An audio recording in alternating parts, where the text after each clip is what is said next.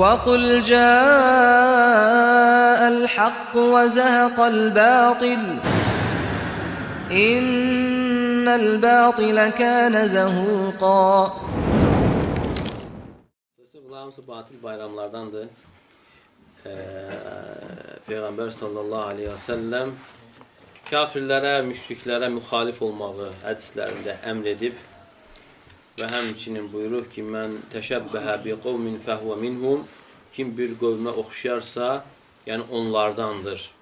Kim bir qövmə oxşayarsa onlardandır. Ona görə müsəlman yəni öz dini ilə, öz əqidəsi ilə yəni seçilməlidir.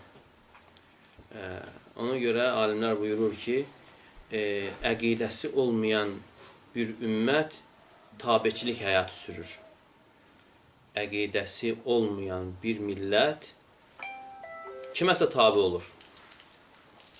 Tabeçilik həyatı sürür. Görürsən, onlar nə çıxardır? Hamısına tabi olması. Çünki insanda nədir?